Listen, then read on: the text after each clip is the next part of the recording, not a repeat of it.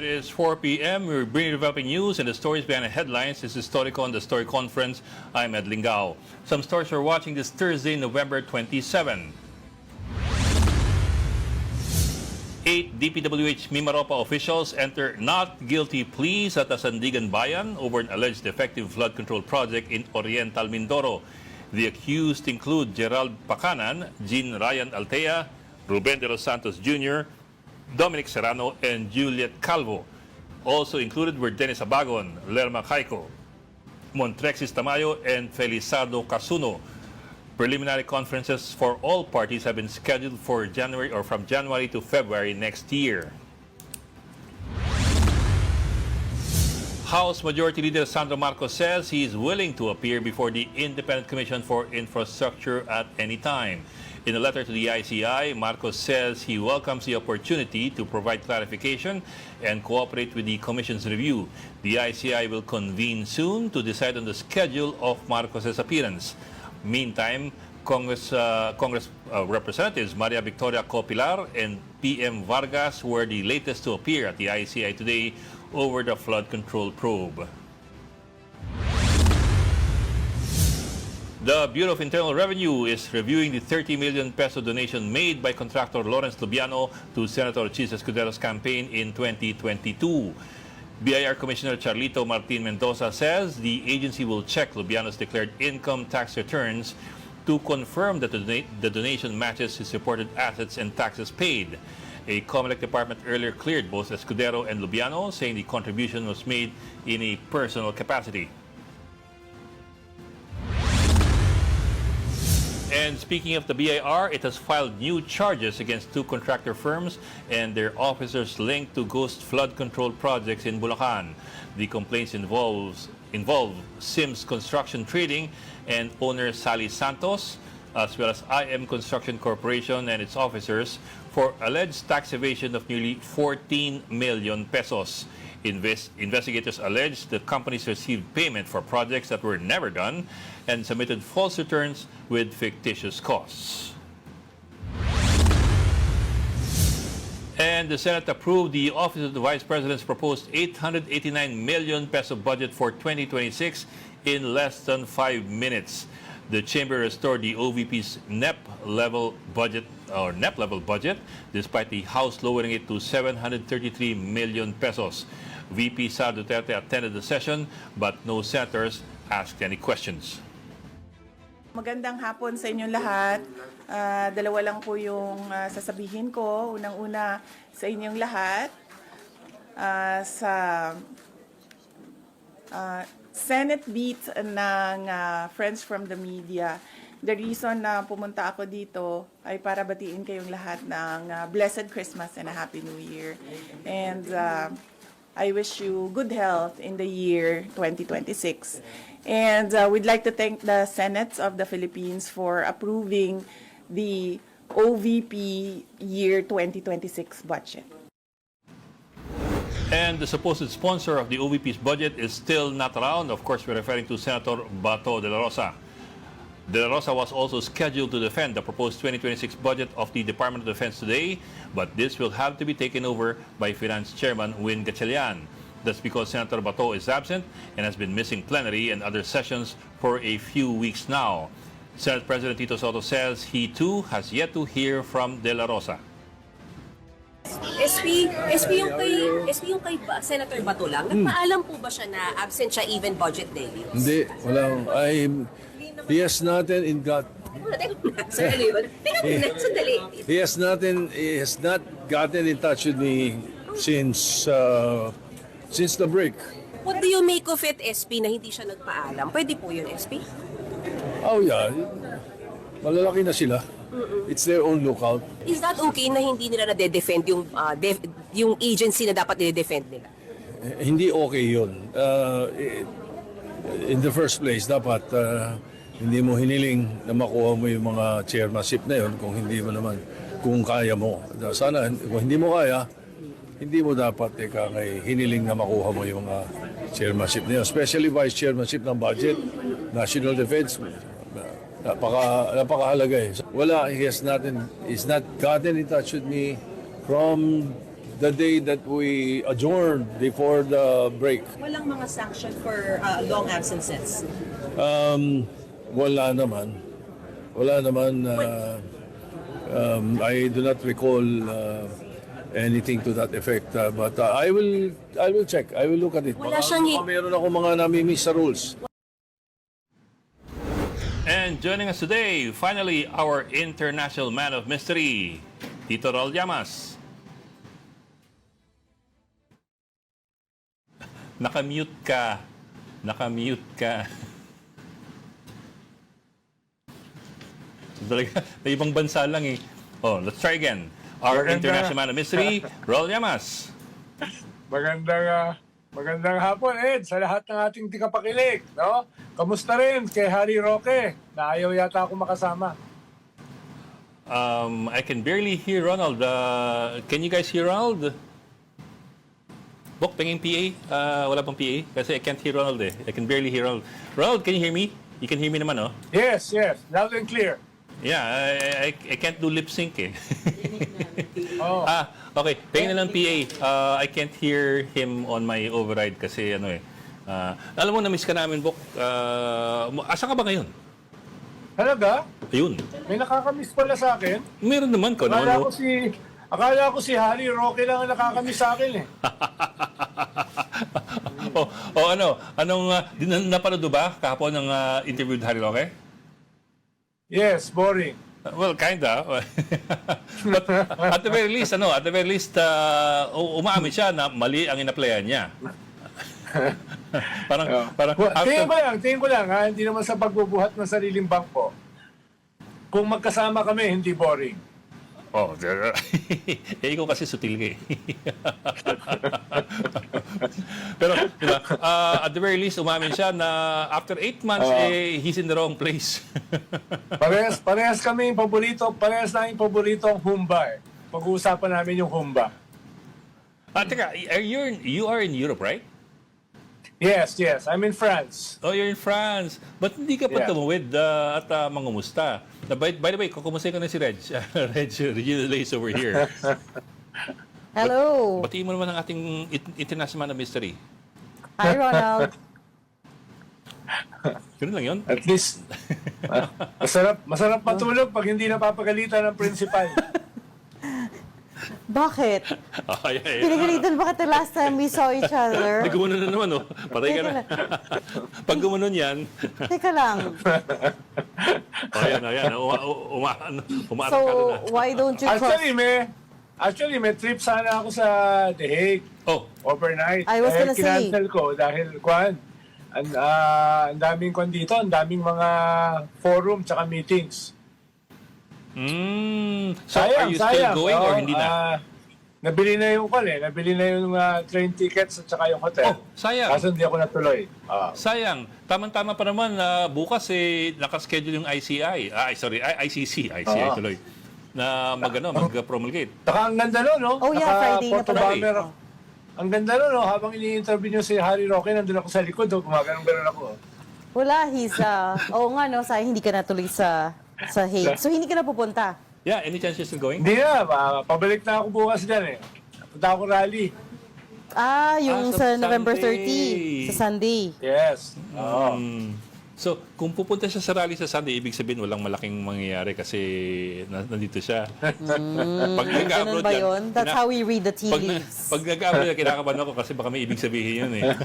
Tumatakas siya. Kaso may magrarally rin sa Luneta, mukhang lulusog sa Menjola yun. Ikaw ba ay... Again, sorry, what was that? Yung sa Luneta, may mga magrarally, mamarcha sa Menjola yun. Yung resign all. Yung mga resign all na sa Luneta. Oh, may resign all. Teka, you're referring to the National Democratic Movement. Yes. No, I mean, I don't mean not NDF. I mean, Baka they're known as not them. Red tagging. No. They're known as not them. And they acknowledge to be not them. I'm not saying NDF. Talaga, not them side. They're National Democrat. They're NDs. And they acknowledge that naman eh. There's no Saan yun? discourse Sa Menjola? Menjola. So sabi ni Ronald, understanding niya.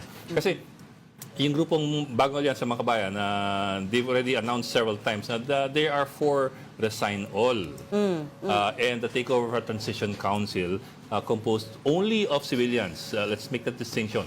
Only of civilians, Hindi na civil military junta. Iba yung civil military junta. Yun That's yung, from the UPI. UPI? Oo, Well, United Kaya ko, People's Well, some Initiative. people in the UPI. lang nasa kuweba. Yung iba pala nasa kuweba pa rin. Sino? Ako? Si Ed. yung iba pala nasa kuweba rin, no? Parang kayang magkaroon ng transition council na puro civilian lang. Yes, exactly. I don't even know where that came from. Yung idea na yun, no? Na pure it's not- civilian. Oo. Transition Council made up only of civilians. Well, it's the ideal, I suppose. As far as at least revolutionary governments are concerned, it's the ideal. But Yun nga you're lang, whether assuming you'll the- be able to get that. But you're is the assuming that question. yung first four in line of succession will step down. That's it. That's a huge assumption. Yung first four na yan, the President, Vice President, Senate President, and Speaker. Speaker of the House. Oh, hindi sinasabi ni Atty. Topacio na number 3 kagad yung Speaker. Parang, teka na, parang nawin ko nga ako rin. Saan po tayo Senate President? Well, anyway. So, yun. And if I remember right, yung sa statement ng bayan muna is, ng bayan, bago sa mga bayan, is transition council composed of different sectors, including those from the Democratic Movement, the National Democratic Movement. See, that's where I also got a phrase. So, ikaw talaga, Ronald, malisyoso ka. Tagging.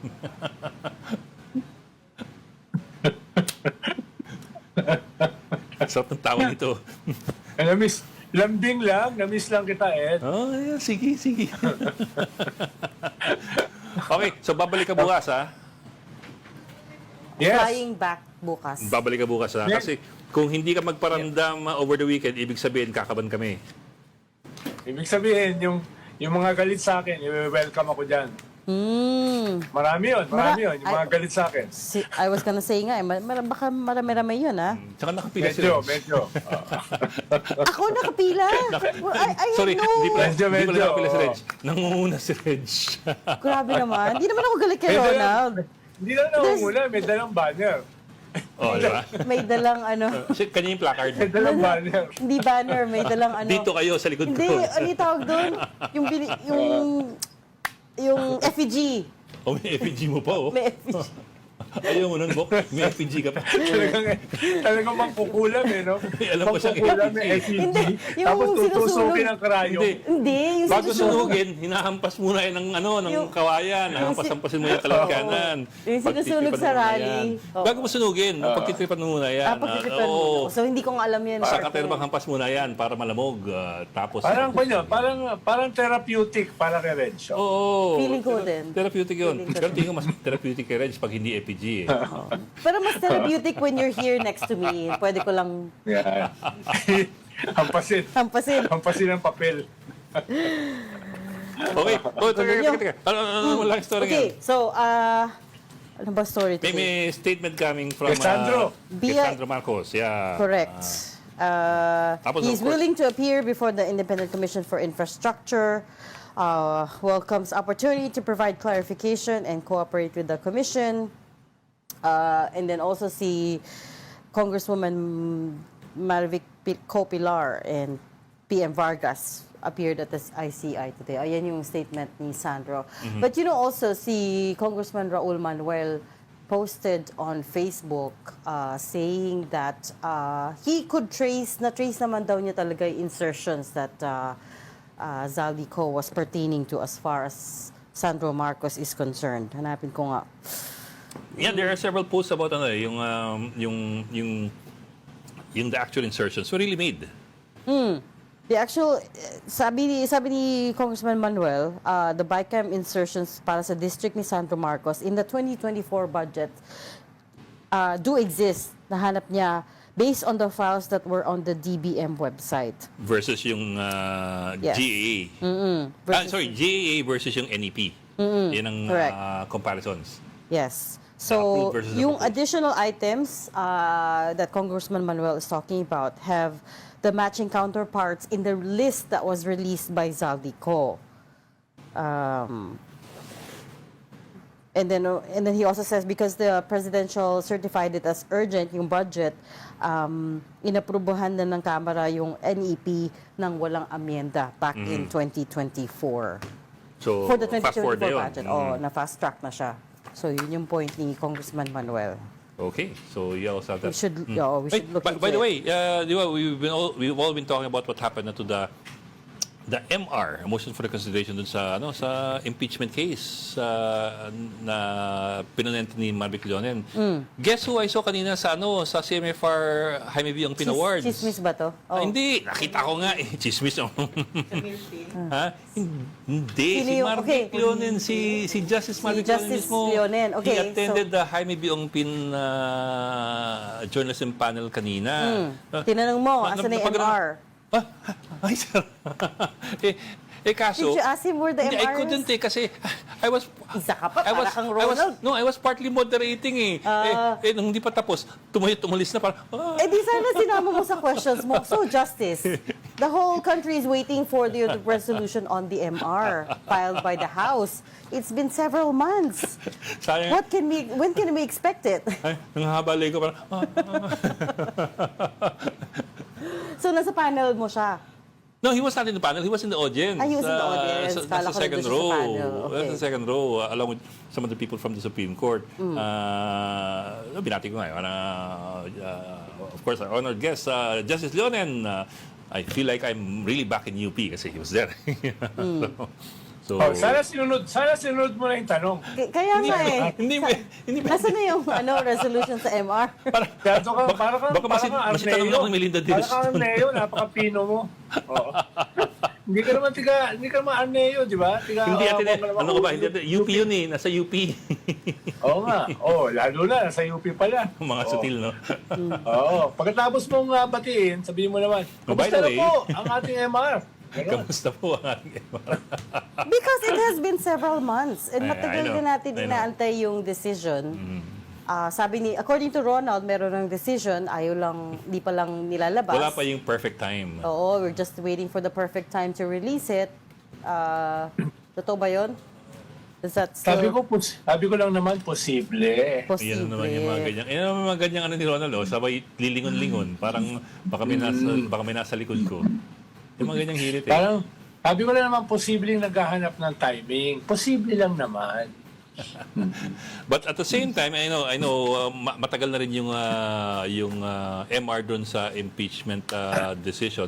But at the same time, remember, yung kaso ni Duterte na sinampa sa Supreme Court, ni attorney, was that Torion? hanggang ngayon, hindi, that was more recent eh. Oh. Nung March pa, hanggang ngayon, ano pa rin eh, hindi pa resolve lahat eh. Biro mo, Reg, Ed, ilang araw lang, ginawa yung almost 100-page decision doon sa impeachment ni Vice President Yes. Sara. Ilang Oo. araw lang, ha? Oo, May it bagyo pa came nun, very ha? fast. Oo. May bagyo pa nun, ha? Halos 1 linggo walang pasok. Pero natapos in a few days. Di ba, Ngayon, ilang buwan na? Di ba nagtawag No? pa nga sila na special session for that? Yung decision on the impeachment. Yes. Tapos na ilang buwan na. Sagot lang sa MR. Baka nga kaya nagawa na mabilis kasi walang pasok. Yung pala yung dahilan, no? Wala yung kanila mga staff. Papahinga. Pero ayun nga, hanggang ngayon wala pa. Dapat tinanong mo talaga, Ed. Kaya may mga apparent errors dun sa decision dahil wala yung staff work. Ano ba? Yun ang gusto palabasin. Oo, yung kinuot nila Ikuting ABS-CBN. ABS-CBN. Mali pala. Oo. On Pag ang whether or kinuot not nila, there was a plenary vote on the impeachment. 1PH, iba yun. Pag kinuot nila 1PH, iba yun. Talagang kwan yun, gospel truth. Ganun ba? Wow naman. Ito naman, bunong-bolo pa kami. Lalo na, nanalo ng award. O, di ba? O, di ba? Alam mo, Benta nyo naman yung award. Banggitin nyo naman yung award. alam mo, Ronald, Kaya wala ka banggitin. pa rin sweldo kahit anong gawin mo. Banggitin nyo naman kung anong award yun. Hindi naman 2-5 yung award na yun. Ano ba yung award yun na PMAP? What was People Management Association of the Philippines? That was same as last year, the TV Station of TV the Station Year. of the Year. Yes, so yun yung isa natin inaantay, the decision on the MR of On the the lower impeachment, house. case. What are the chances na ilalabas pa nila this year, no? I mean, The Supreme Court is the Supreme Court. It is supreme. Talagang over na. do you think maybe next year na to, or because in a few weeks the work starts stopping, right? In a few weeks, people will start going off on Christmas break. Sabi nga ni Hindi ka Ronald, tinanong ni Ed eh. Dapat tinanong ni Ed eh. Hanggang kailan ba yan? Justice, dapat tinanong mo. talagang ginanon sa ano eh. Oo. Kuha ko yun, tinanong ko yun. Talagang ginanon sa panel. Teka, huwag muna kayo dyan, ha? Kayo maingay. Ako muna magtatanong. But Ganon. anyway, speaking of the Vice President, the other news, as you mentioned kanina, is the Senate has already approved the budget. Office of the Vice President's budget to the tune of 889 million pesos.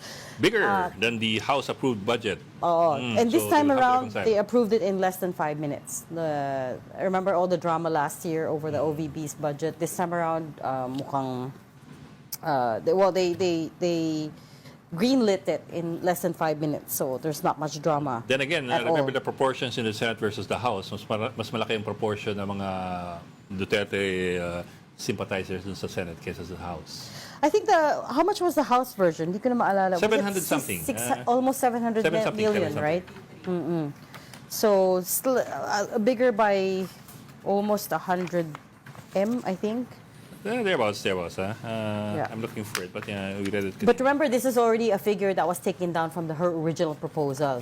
At some point, umabot ng over 1 billion billion. pesos yung proposal ng OVP. This is already cut down from that, and wala nang confidential and intelligence funds. Okay, the House version was 733 million. The 733. Senate version is 889 So over million. 100 million bigger. 160 million difference.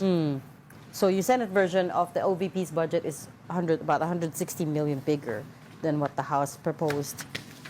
Tama-tama yan. Para December ulit, ubusin kagad in how many days? Yung difference na yun. Anyway. Madali yun dahil kahit sa majority kasi may mga pro-Sara eh. Oo nga, oo naman. Kaya hindi ganun kahirap yun. Oo naman. Aprobahan. Oo. So in terms of proportion, you have bigger proportion talaga in the Senate who are sympathetic to the Dutertes more than in the House. That much is clear. But House yung mabilis magbago yung ihip sponsor namin. ng budget, who is Senator Bato de la Rosa, is Is still not there. missing. Eh, bakit kaya? Ang sabi nga ni Tito Sen, wala, malaki na yung mga yan. But on the other Sinisagot hand,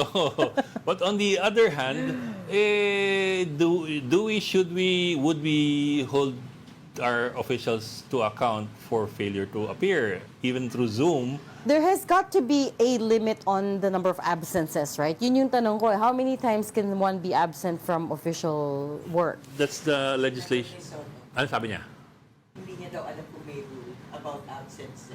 I remember kasi, Bok, I remember, for example, in the lower chamber, may mga sobrang notorious sa absences, but they are never sanctioned. Sa lower chamber. They're only cited in the media report, in the media stories na parang ito sa katerba mga absences. Oo. But other than that, nobody does anything talaga. But this is the Senate, and This is there's Senate, yeah. far fewer of them, which means Mas malaking impact when one 1/24. person is absent. You're one of 23 votes. You're one of 24 votes, right? And he was also due to defend the defense The budget, defense. which is a crucial budget. Di rin siya nakapag-defend, so Senator Win Gatchalian took that over. So I suppose he's really taking steps to... Well, sinagot na to ni Attorney Torion, which is that he will make himself unavailable until such time the government makes it clear ano yung modality na gagamitin sa ICC arrest warrant. So, Siya lang naman na natitirang modality. yun nga sabi ko kay Attorney Torion. So, there's BFF ni Ed.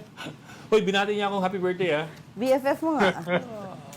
In fairness kay Tony Taran, binati niya akong happy birthday. Nung nakita kami sa Davao, batian pa kami. Tell me who your friends are and I will tell you who you are. Oo, ganun si Ed eh. Sabay lingon-lingon to si Ronaldo. Okay, the other big story is this, of course, from yesterday pa, yung desisyon ng isang Comelec department to the effect na walang pananagutan, recommendation nila at least, walang pananagutan si Senator Escudero at yung Center Waste Construction and si Lubiano doon sa donation ng 30 million pesos sa kampanya ni Escudero.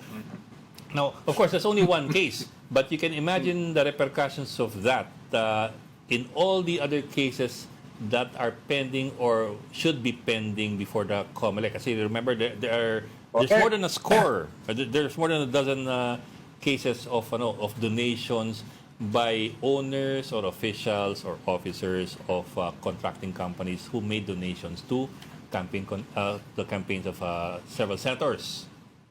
And including the president and vice president. Including the president. Including the president. So, may repercussion yan ngayon doon sa mga yun. Will that also mean... Bakit ang department na yan ang gumawa ng desisyon? Usually kasi ang gagawa dapat niyan yung legal department, yung law department nila. Is it yung legal? Sabi ni George Garcia, it's really the PFAD, the Political Finance Affairs Division, who will make a decision. I guess because it's the elections of national I think that's their elections. campaign finance department, meaning that's their specialization, and I'm sure that they have their own set of lawyers. I remember before when we were dealing a lot with the Comelec nung panahon ni Louis Gia and company, mga abogado rin nandiyan sa departamentong yan. So I presume they also have legal guidance as well. So yun, you might see repercussions down the line doon sa ibang kaso na pending already or dapat isasampa pa lamang o dapat iimbestigahan pa Pero lamang. ang president kasi diyan pag election offenses such as illegal campaign contributions, ang president diyan yung law department eh. You Yung mean the president one, You mean the one that should make the call? Is that what you mean? Yes, pag election offenses. Katulad ng illegal campaign contribution, which is an election offense. Yeah, but remember, Bok, I think what this department only did, the campaign finance department only did, was to make a recommendation for approval. Was there already a decision on the part of the Comelec or Wala I guess this Wala pa. division, PFAD, brings it to the unbank. And then the unbank rules with finality. But I guess they will take whatever recommendation that the PFAD makes, right? Alangan nila, I don't know if there have been cases before na in-overturn nila yung decision ng PFAD. But I can imagine they have the authority to this do that. is huge implications on campaign finance laws, right? Because this sets a precedent. Ito na yung nagiging president, right? Yes. And if going by their logic, that renders Section 95C of the Omnibus Election Code meaningless because by their logic, no one will be held liable for that violation anymore, right? Because all the contractors have to do is course it through individual persons and they'll never be held accountable, right? Yes. So sino na mahuhuli using that law? So why do we even have that provision? Ang mahuli Kahit lamang ikaw yung using that kahit law. ikaw yung owner, kahit ikaw yung pinakamalaki ang Idadaan stocks, mo lang sa iba. Baliwala. Yes. Baliwala. Parang si Ed Lingaw, hiniwalay mo yung kaluluwa sa kanyang katawan. Alam mo, ang mahuli lamang sa ganyang klaseng patakaran ay yung mga hindi ganun ka ayoko sabing bright hindi ganun ka listo at hindi ganun ka swabe sa kanilang Hindi ganun ka-savvy sa ano.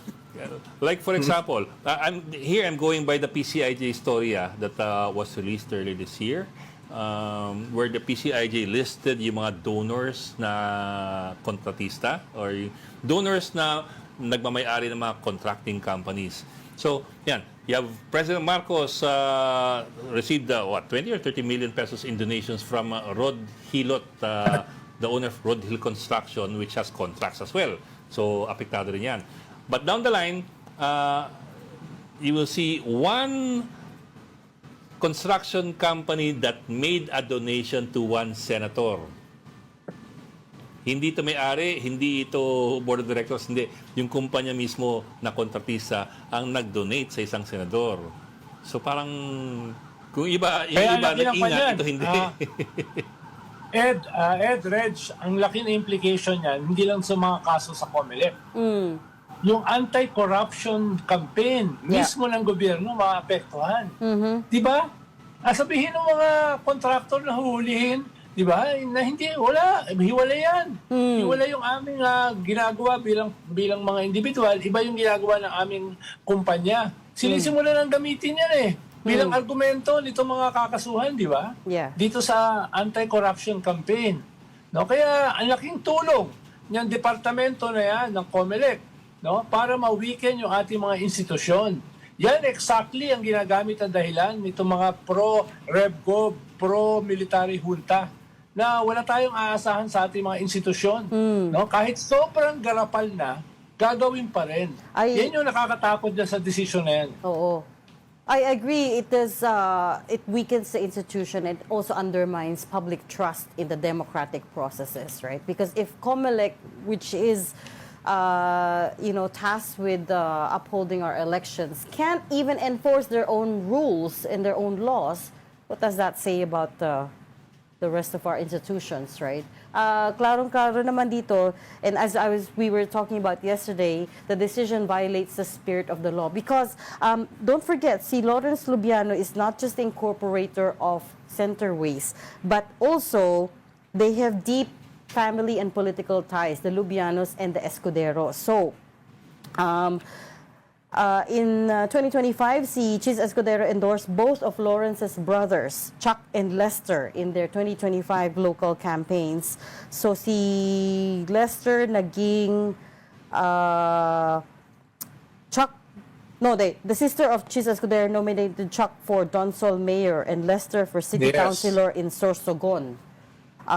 Si Chis Escudero was also seen campaigning for the Lubiano brothers sometime in 2024. And remember that the Escuderos have held their district in Sorsogon for many years, over 3 decades na yata. Decades. So they have a real stronghold of that province. And yun nga, itong si Lawrence Lubiano has brothers in government too. So again, where do you get off telling us na hindi mo alam bawal mag-donate ang contractor to political campaigns, right? At saka, Reg, ang dami nakuhang billions na kontrata ni Lubiano na karamihan ay ginawa sa Sorsogon. Yes, correct. No? Ang dami, billions, 80 flood control contracts worth over 5.1 billion pesos. This is Centerways Construction. This is based on data from the Sumbong sa Pangulo website. And this is just for the years 2022 to 2024. Imagine, 80 flood control contracts worth over 5.1 billion. And out of that, 53 projects were located in Sorsogon. So again, stronghold ni Senator Chis Escudero. Combined value ng 53 projects that are located in Sorsogon is 2.85 billion pesos. So clearly, they made most of their money from Sorsogon. And again, so hindi lang siya isang smoking gun. Smoking guns. Ang dami. No, hindi siya, basically, kung binasa mo yung decision ng Comelec, it says, the crux of it says, Lawrence Lubiano is not Centerways and Centerways is not Lawrence Lubiano, which is completely, I don't think, it's not right because the Lubiano brothers incorporated Centerways and they clearly get their political, their wealth, their money to fund campaigns from this construction company, right? So I wonder if Comelec made an effort to try to trace the money trail, right? Kung humingi sila ng mga financial disclosures, ng mga documents from Lawrence Lubiano to try to trace man lang, or they just went by yung response that Lawrence Lubiano and Senator Chis Escudero gave. But an interesting piece of trivia here is you do remember that si Comelec Chairman George Garcia inhibited himself from the discussion of Chis Escudero's case. si George Garcia, before he became Comelec chairperson or chairman, was the election lawyer of Chis Escudero in the 2022 election campaign. In fact, siya yung nag-file siya pa yung nagpakita ng COC ni Chis Escudero sa media. So, sabi niya, nag-inhibit daw siya from this decision, which is why when Yeah, we right. reached out to him to ask him ano na yung update, he said he can't talk about it because he inhibited from the case and he recommended Commissioner Bulay instead. Pasok muna ako sa kuweba, ha? Baka nandun si Chairman Garcia. No. But whatever the case is, if we can get Chairman Garcia on the line later in the show, let's still try to do that. Kasi whether he wants to talk about how this department deliberated on the issue is one aspect only. It's also the implications down the line of this recommendation on the other cases outside of Escudero that may be affected by this recommendation.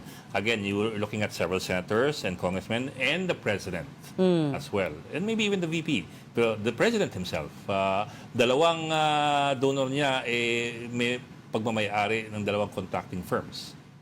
So, dun pa lang. Yes. Ang linaw naman kasi, Ed, di ba? Anong ibig sabihin ng natural and juridical persons? Di ba? Paliwanag mo nga, Ed, dahil learned ka eh. Hindi ako ganun ka-learned, hindi ko nahihimayan eh. Attorney Torion, di ba? Ang linaw-linaw eh, no? Natural and juridical persons who have contracts with the government.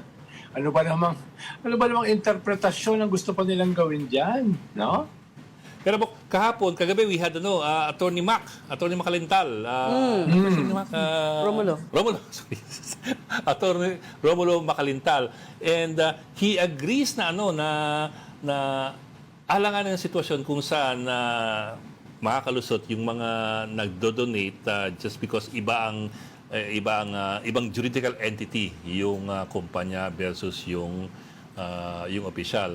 But on the other hand, sabi niya, and this is his point of view, sabi niya, pero ang kailangan mo talaga yan is a law that will amend the Omnibus Election Code to make that distinction clearer. Without that kind of an amendment, you are stuck with the Corporation Code, which according to Attorney Mac, says daw na magkaiba daw talaga yung dalawa. But then again, yun nga, also actually, the doctrine yan ang problema sa atin, piercing the corporate veil. Sabi ng mga foreigners, sobrang dami nyo ng laws. Eh. Kaya That's nga, true. Sobrang dami ng specific laws. So that only the lawyers understand what we're talking about. we don't need more laws. Sobrang dami na nating law. Ang linaw-linaw naman ng spirit. Yes. Di ba? Ang linaw-linaw naman ng essence. Yeah. Kalokohan na yan eh. That's It's also the where you go into interpretation of it. what is the spirit of the law. The spirit of the law, I suppose, is to prevent conflict of interest and undue influence. And yeah, also the concept of of piercing the corporate veil, that's also recognized by the higher courts. Although on the other hand, it's also seen as more of an exception than the rule. Yung the need to pierce the corporate veil. So may ganung back and forth eh. I mean, talking about Tony Mac and like I was saying before, si former Commissioner Louis Guia of the Comelec had also that same opinion eh. So maybe it's not so much crafting a law, but closing the loophole in that provision. There's a loophole. Oh. So you just have to amend it to make Yeah. sure we close the provision. Yeah. Ang problema mo is in terms why of will Congress semantics, do that? Very basic kasi yung sinabi ni Ed eh. Yung piercing the corporate Piercing the corporate veil. Very basic yan eh. Yes. Dapat ginagawa yan eh. Unless natutulog ka sa pansitan. Hindi, Diba? Kung Ronald, natutulog ka sa pansitan, hindi mo talaga magagawa yan. nung kinausap namin si Chairman George before this decision pa, many months ago, sabi nga niya, there is a principle of piercing the corporate veil which we can apply to this. That's why when we got the decision yesterday, nagtataka ako, bakit hindi nila ginamit yun? Because, if you look deeper, you will find that, yun nga, Lawrence Lubiano is himself center-raised because he started it. Yes! We're not saying na, okay, you own a construction company and you hire the president na outsider and that president donates to a campaign. Yun, hiwala yun. You could argue natural and juridical entities are separate. But if you're the one that started and founded the company, tapos yung wealth mo is derived primarily from that, you win government contracts, and then also you have family members in politics. How could you still argue na hindi mo alam, di ba?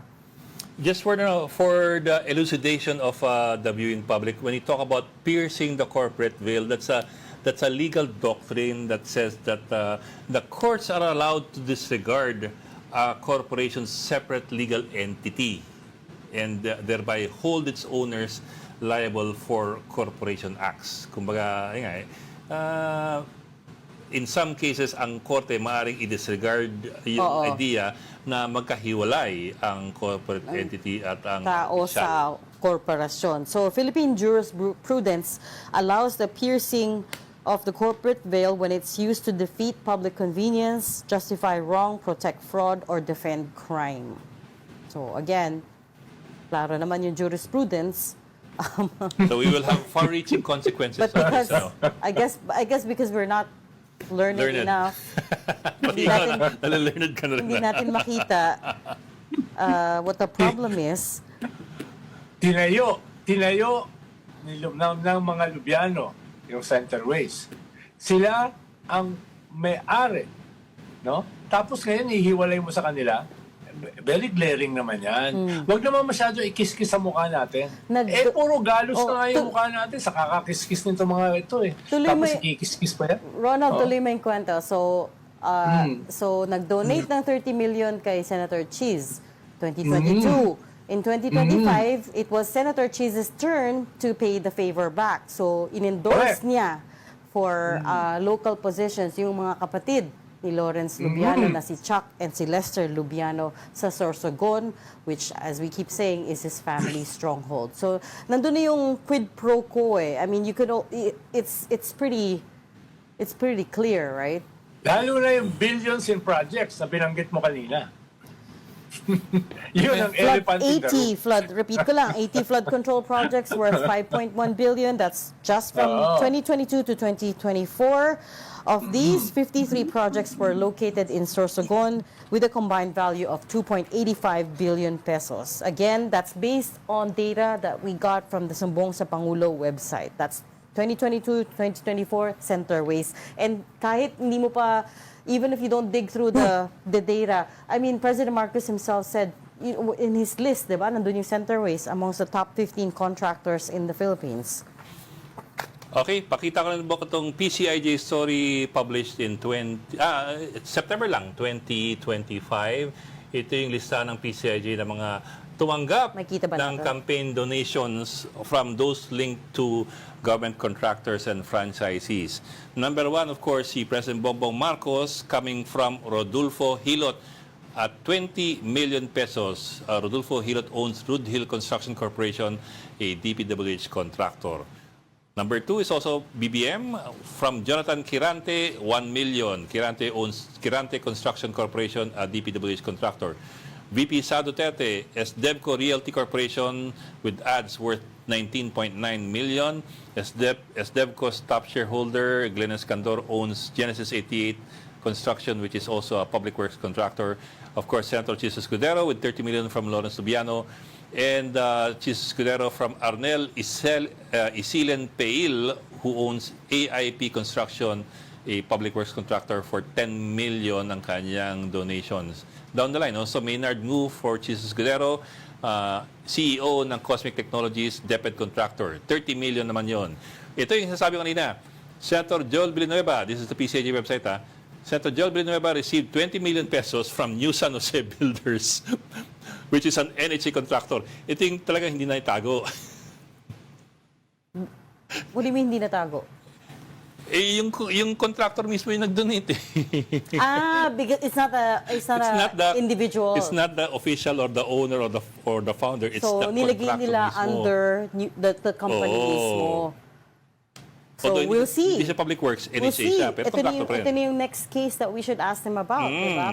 How will you decide on this? Alam mo sabihin mo, New San Jose This is Builders 2022 pa. This is 2022. And that's for 20 million pesos. I remember kasi when we ask about these cases, ang sabi sa atin ni Chairman George Garcia, he has to check first with DPWH.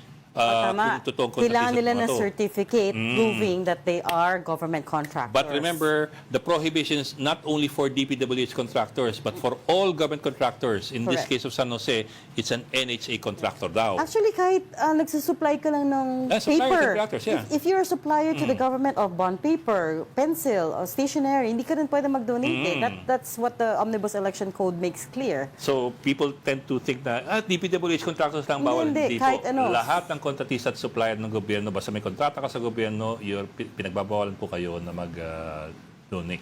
Exactly. Pero Yan ang ibig sabihin ng impunity eh. Yan ang ibig sabihin, you can get away with almost anything. Di ba? yeah. Kahit ang linaw-linaw na, Mali. babaluktutin pa ng mga tao mo sa gobyerno. Di ba? Yan ang nakakagalit eh. Ito sa nangyayari Ngayon, ito. The law is very clear. Ngayon, what would really be interesting is if we see what will happen in this particular case. Kasi this appears to be a glaring case eh. Yung New San Jose Siguro Builders. nagkamali lang sila. They decided to put the corporate name under it. Right? I don't know. But, But this is based on the sources. ito pa, I will argue that obviously Senator Joel Villanueva is not a neophyte lawmaker, so he should know the bawal ang donations from contractors, right? Should, could, would. Ronald, sabihin mo nga sa kanya. Say your spiel. Sige na, say it. Say it. You're dying to. Okay na Should, ako, could, dahil would. minsan lang kami magkaparehas ng posisyon ni principal eh. O kontrahin ko pa. O nga naman. So, yun. Actually, marami pang iba eh. Ilang, these are other cases na. For example, si Leandro Lebiste. Oh, yun. That's another unique case, no? Yung, Franchise holder naman ng kanyang Solar Philippines when he made a donation of 100 million pesos to his mother. Lauren Legal. Some people may argue, nanay niya yan eh.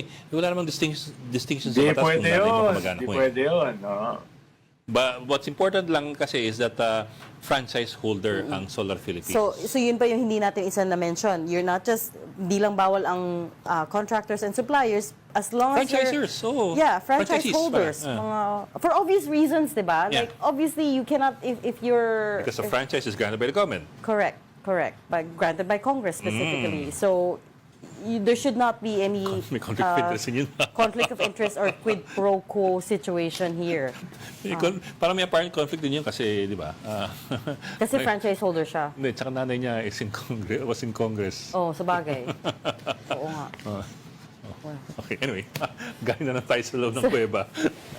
Sabihin na naman Okay. nila, we don't understand. Kaya nga, we were really trying to get the Comelec officials who were involved in these decisions para ma-explain naman nila what the thinking was behind this. I mean, nabasa ko na yung Decision, yung recommendation. But it doesn't make sense to me. Teka, So I won't be able to it's a talk to recommendation, them. no? It's a recommendation. It's not a a recommendation, decision. oh. Yun ang political statement. It doesn't make sense to me. Bakit? Yun yung mahalaga. Bakit siya political statement? It's not a political statement. I just want clarity on this. I want to hear what your line of thinking was when you decided there's no violation here. Yun yung gusto ko malaman. Sa headline, Regional A. Bakit? It doesn't make sense to me. Hindi, because binasa ko na yung recommendation, binasa ko yung Omnibus Election Code, binasa ko din yung ibang parts ng Omnibus Election Code outside of 95C. So, I mean, I don't know, as a layperson, as a voting citizen, as a law-abiding citizen, it's pretty clear to me what the law exists for.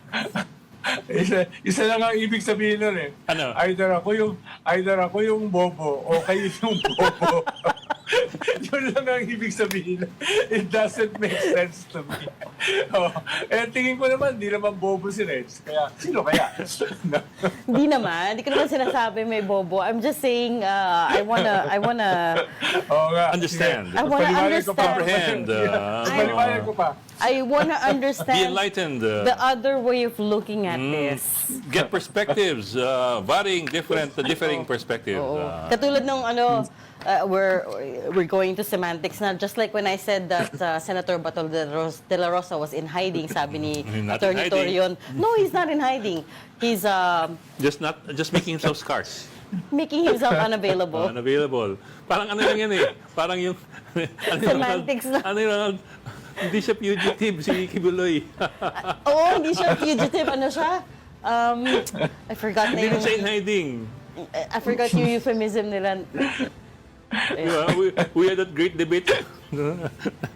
Hindi siya in hiding, hindi siya fugitive. Hanggang sa nahuli siya, hindi naman nagbago yung hindi naman nagbago yung sitwasyon, pero hindi pa rin siya fugitive. Bobo na kami Ed. Lalo pa kami nabobobo. Bobo na nga kami to start with. Just like, oy, teka lang. Basta it doesn't make sense to me, ha? It doesn't make sense to me, ha? It doesn't make Pasensya na sense to me. Sabihin ko yun kay Chair. Pero hindi nga kasi siya kasama dun sa decision eh. So I need to talk to somebody who was part of that decision.